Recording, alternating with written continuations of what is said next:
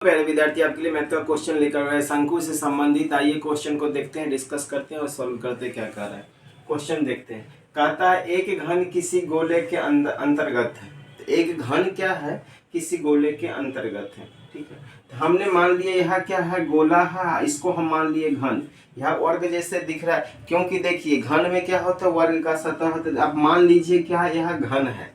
ठीक है, आप मान लीजिए क्या यह घन है। देखिए घन का क्या होता है? प्रत्येक भुजा क्या होता है? बराबर होता है। प्रत्येक सतह का क्षेत्रफल भी क्या होता है? बराबर होता है। समझिए, देखिए घन हो गया। आप देखिए तो घन का भुजा ए ए ए ए है। तो घन का अगर विकर्ण आपसे पूछेगा, क्या पूछेगा? घन का विकर्ण। क्या पूछेगा? घन का, यहाँ देखिए घन का विकर्ण पूछेगा तो क्या होता है? √3 गुने ए।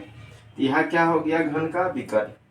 ठीक है, घन का विकर्ण यानी d का मान आ गया √3a। आप समझिए और क्वेश्चन क्या कहता है?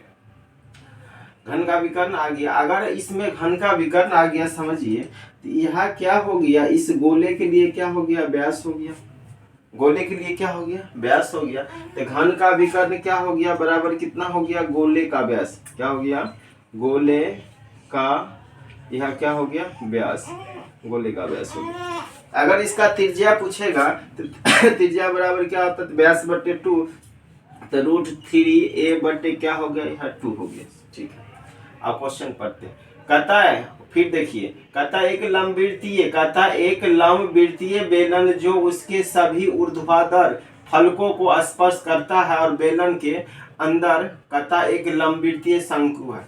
अब देखिए इस, अब यहाँ जो घन है, इस घन के अंदर क्या है? इस घन के अंदर बना है एक, क्या बना है? बेलन। क्या बना है? बेलन। और फिर क्या कर रहा है? इस बेलन के अंदर क्या बना है? एक शंकु।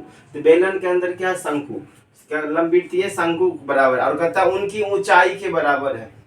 और शंकु का व्यास बेलन के व्यास के क्या है? तो बराबर है। आप समझिए, कहीं न कहीं यहाँ क्या है? तो घन का क्या है? भुजा है। यहाँ से यहाँ तक भी मिलाते तो यहाँ क्या है? घन का क्या है? भुजा। तो क्या हो गया? बात को समझिए। अगर घन का भुजा, तो इस बेलन का व्यास बराबर, देखिए घन का भुजा किसके बराबर हो गया? तो बेलन का व्यास। बेलन का व्यास बराबर किसके होगा? शंकु के व्यास के बराबर। शंकु के व्यास, घन का भुजा। अगर हमसे पूछा जाएगा इस शंकु का त्रिज्या ज्ञात कीजिए। त्रिज्या यानी r बराबर क्या होगा? तो व्यास बटे 2 यानी क्या हो गया? a बटे 2। अब देखिए ऊंचाई क्या होगा? ऊंचाई क्या होगा? यह ऊंचाई यहाँ से लेकर यहाँ तक होगा। तो ऊंचाई क्या होगा? घन के भुजा के बराबर, यानी h का मान क्या होगा? तो a के बराबर।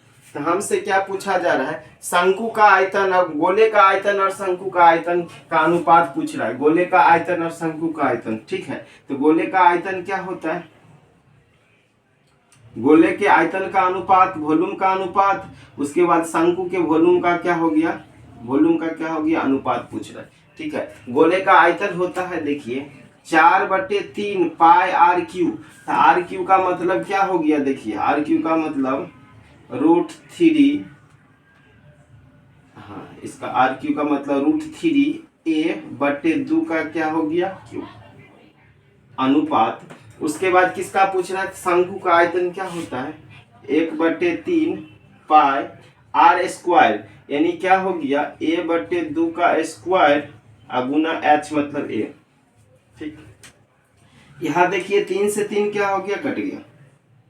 ठीक, अब समझिए पाई से पाई क्या हो गया? कट गया। और समझिए अब देखिए यहाँ a क्यू होगा तो क्या बचा ऊपर में? 4 और √3 का क्यू होगा तो क्या होगा? 3√3। इधर क्या हो गया? a क्यू और 2 का क्यू कितना हो गया? तो 8 अनुपात। ठीक, इधर देखिए अगर इसका होगा स्क्वायर तो क्या होगा? a² गुने a का क्या होगा? तो a क्यू बटे क्या होगा? 4।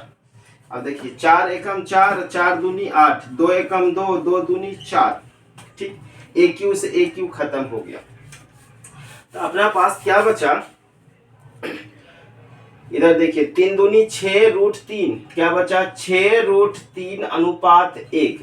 6√3 अनुपात 1 कौन सा ऑप्शन? ए ऑप्शन क्या होगा? करेक्ट होगा। तो यहाँ गोले का आयतन और शंकु का आयतन हो गया 6√3:1। ठीक है, इसी प्रकार आगे भी क्वेश्चन लाएंगे। फिलहाल इतना ही, धन्यवाद।